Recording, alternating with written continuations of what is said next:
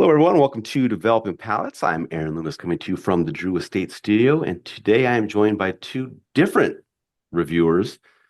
First is Matt Masters from Cigar Hound Dog, and also William Cooper from Cigar-Coop. How you guys doing today?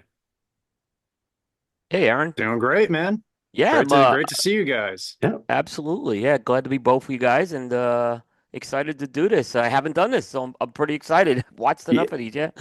Yeah, so this is a little change up from what we normally do. So this is going to be, well, I guess kind of like a guest review recap. So I've done this before somewhere else, but basically have some other reviewers that have their own channels and sites and kind of bring them into the development palettes process. So everything's the same as, as your regular DP reviews, your DP videos, but we're taking other reviewers from other sites that use other systems and seeing how it works here. So I think it's a kind of a nice exercise for us and a nice exercise for them. So we'll see how this goes.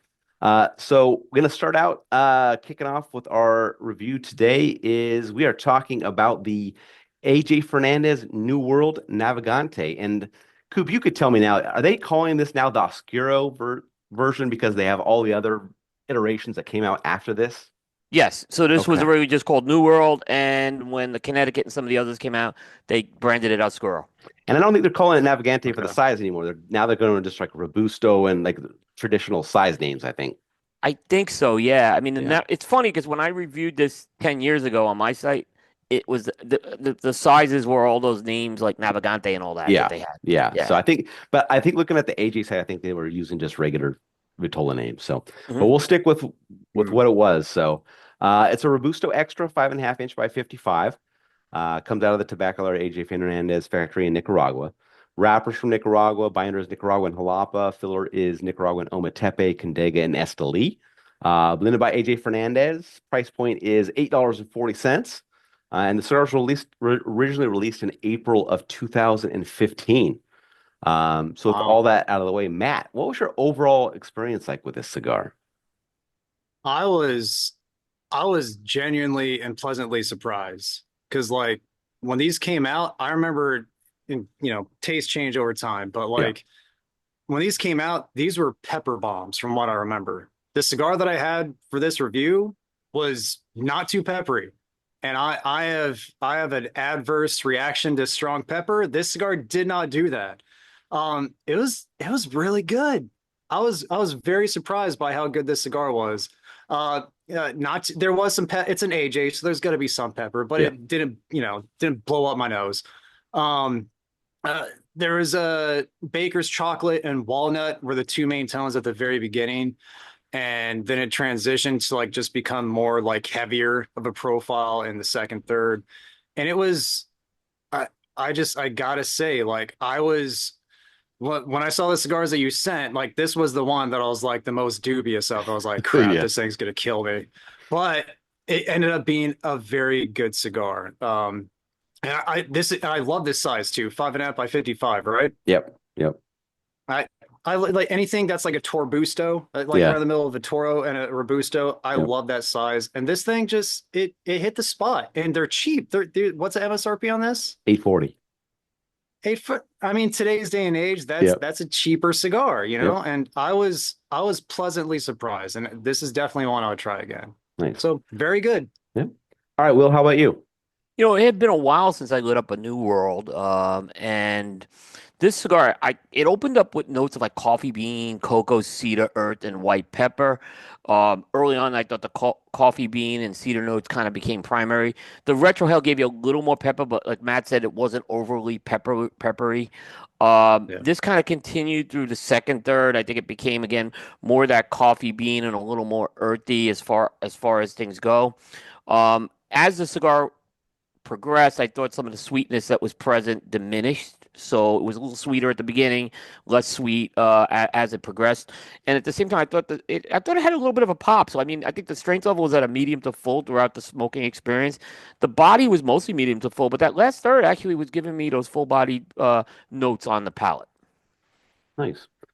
So for me, the cigar started with an aged, kind of toasted cedar with black pepper, earth, and some meatiness. Cigar became a bit stale pretty quickly, and the meatiness dropped out of it. Got some mustiness that joined a bit later, and then the second, third saw a construction paper note join in, and later some grassiness. Got some meatiness that also returned to the profile, and then the final third saw the pepper increase and became a bit sharp, and the cedar gained a bit of a stringency there. So for me, the cigar had an average flavor profile to start, and then kind of dropped a level in each third. So something seemed off about my cigar. So I'll talk about it in our final thoughts about my premonition of what is the case here, but um, this isn't the cigar I remember smoking before. So Mm. um, I'm curious. I was curious what you guys were going to experience when you smoked it, but it sounds like you had, pretty good experiences. So I don't know if there was just, I think there's something outlier with my cigar, and I'll kind of get into it. But I didn't have the greatest experience. So, but getting the scores, we're going to start out the top. Matt gave it a 7.43. Will gave it a 5.85, and I gave it a 4.08. So Matt, how'd that 7.43 match up for you? How the hell am I the one that rated as the highest? Jeez, When you have Aaron on I the was panel, three. it's only one of two. Yeah. Yeah, yeah. I shit. You're right. You're right. Right. Good point. But yeah, it was really good. I really, really enjoyed this one. I just, like I said, I would totally smoke it again. For it being an AJ, but then again, looking at it, especially Aaron's experience and Coop's experience, not as good. Could be QC things, could be, cigar to cigar, but typically AJ, from my experience, is spot on, like cigar Yeah. to cigar, like, with his Yeah. QC. Consistency is good. Um, yeah, it's great. I mean, I've had a lot to say about AJ's profile, with my aversion to pepper, but Yeah. construction is one thing that he has better than most. Yeah. But yeah, for me, this is a box worthy cigar. I Nice. would love to smoke this cigar again. All right, Coop, 5.85. This was a top 20 cigar for me 10 years ago when it came out. Hmm. This was like on a coupe list. And the first third I was actually starting off really, really well for me. And I thought actually, wow, I haven't smoked these for a while, but it's living up to it. But it did go downhill in the second and third, final third. Maybe not as much as you, but it definitely went downhill. It became more ordinary. It lacked a wow factor on this thing, and I seem to remember the wow factor being much greater when I smoked this. So the 5.85 on a DP scale didn't really shock me when I saw the score here. Yeah. It didn't shock. It's above a 5, but Yeah.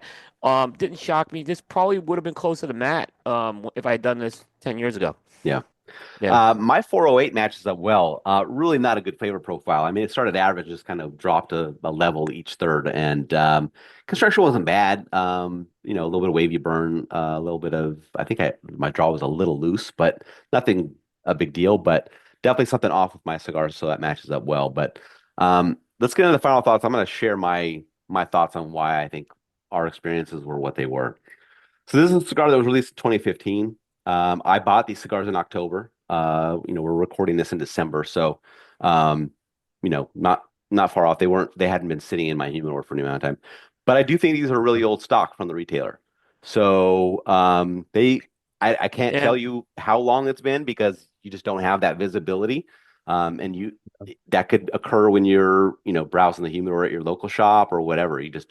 Sometimes you don't know how long if they don't have box dates on them, and very few manufacturers that are non-Cuban do that. But I think these are just really old stock. I think that's probably, Matt, why you had a lower than normal pepper kind of experience. I think that the blend kind of just mellowed over the years. I would have to guess these have probably 2 or 3 years of age on them, or something like that. Yeah. So, and probably, Coop, why you're not experiencing that same thing that you had when you smoked them originally. It's just that it's probably lost a bit of pop from kind of what it was. That's what I feel. But I feel like whatever I had is kind of just compounded. There was probably already going to be something wrong with this cigar, but add the whatever the time that was to it, just kind of compounded on that. So, but I think these are multiple years old, Yeah. which kind of, I think, especially when you're doing online ordering for something that's regular production and has had a long run.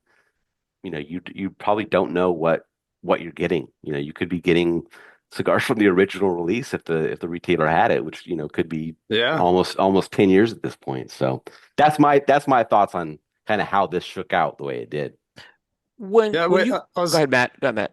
So I was gonna ask you, Coop, like when you had this cigar 10 years ago, like was the experience more peppery? Like was it like a fresher, like kind of like that more punchy cigar that you were expecting? Yeah, I got more punch with the pepper, and I also got more sweetness. So the sweetness seemed to come through a lot better when I was smoking these. Yeah.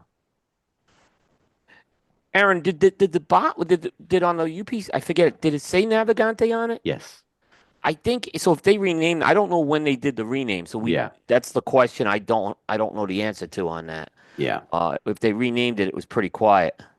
Yeah. So I think that whenever they did it, and I don't think it was super recently because they probably did it when they did like a second or third iteration of whatever the other blends in the line Yeah, were, that they had probably done it just to make yeah, it a little easier for people. So, um, yeah, I think these had a fair amount of age on them, and that's kind of where things worked out. Because I think Matt, like you said, if you smoke this, like when you smoked it previously, it was probably blowing your nostrils out. So yeah, Killing me. yeah, Killing me. yeah. yeah. So Yeah, I was not looking forward to this review, but I'm the one that liked it the most, and yeah, it had to have been from the age, yep. if I that's think the that would be the case. case. Yep. It now that you're saying it and everything that I'm remembering when I smoked this recently, it definitely tastes like it tasted like an aged blend. It just had that profile, for sure. So I would agree. I think Aaron, your assessment's spot on with that. Yeah. Yeah. All right, wherever you're catching this video, be sure to like and subscribe, but check out the full written review on the website, developmentpalace.com. You can follow us on the social media channels. Be sure to look out for Cigar Hound Dog and Cigar Coop. Thank you for tuning in. We will catch you on the next one.